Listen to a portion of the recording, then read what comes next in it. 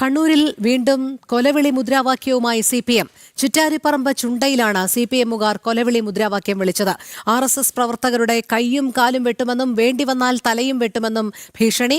ചിറ്റാരിപ്പറമ്പിലെ RSS പ്രവർത്തകൻ വിജോയ് വധശ്രമ കേസിലെ പ്രതികളായ സമിത്ത്, അജേഷ്, റിജേഷ് എന്നിവരുടെ നേതൃത്വത്തിലായിരുന്നു പ്രകോപനം.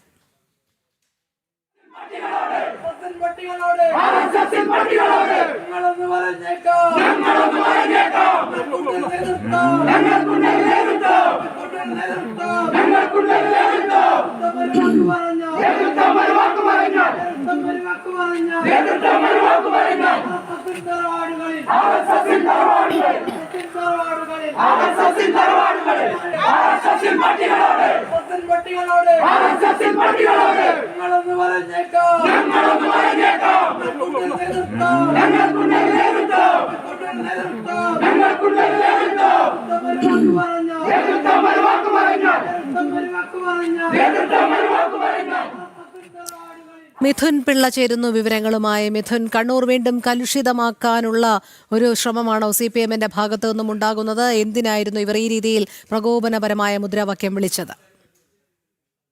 തീർച്ചയായും രോഹിണി, അങ്ങനെ തന്നെ വേണം വിലയിരുത്താൻ. നമുക്കറിയാം, പയ്യന്നൂരിലെ CPM നേതാവ് വി കുഞ്ഞികൃഷ്ണന്റെ വെളിപ്പെടുത്തലുമായി ബന്ധപ്പെട്ട് CPM നേതൃത്വം വലിയ പ്രതിരോധത്തിലാകുന്ന ഒരു സാഹചര്യം ഉണ്ടായിരുന്നു. ആ പ്രതിരോധത്തെ മറികടക്കാൻ വേണ്ടി, അല്ലെങ്കിൽ ആ ഒരു പ്രതിസന്ധിയിലായ ഘട്ടത്തെ മറികടക്കാൻ വേണ്ടി വലിയ തോതിലുള്ള അക്രമ സംഭവങ്ങൾ ഉണ്ടാകുമെന്നൊരു ആരോപണം പരക്കെയുണ്ട്. അത് ശരിവെക്കുന്ന വിധമാണ് ഇപ്പോൾ തുടർച്ചയായി കണ്ണൂരിൽ കൊലവിളി മുദ്രാവാക്യങ്ങൾ ഉയരുന്നു. ഇന്നലെ കണ്ണൂർ ചിറ്റാരിപ്പറമ്പ് ചുണ്ട എന്ന് പറയുന്ന സ്ഥലത്താണ് ഇത്തരത്തിൽ CPMുകാർ വലിയ പ്രകോപനവുമായി രംഗത്ത് വരുന്ന ഒരു സാഹചര്യം ഉണ്ടായത്. RSS പ്രവർത്തകരുടെ കൈയും കാലും വെട്ടുമെന്നും വേണ്ടി വന്നാൽ തലയും വെട്ടുമെന്നുമാണ് അവിടെ CPM പ്രവർത്തകർ ഭീഷണി മുഴക്കിയത്. വധശ്രമ കേസ് പ്രതികളുടെ നേതൃത്വത്തിലായിരുന്നു ഈ കൊലവിളി മുദ്രാവാക്യം നടന്നത്.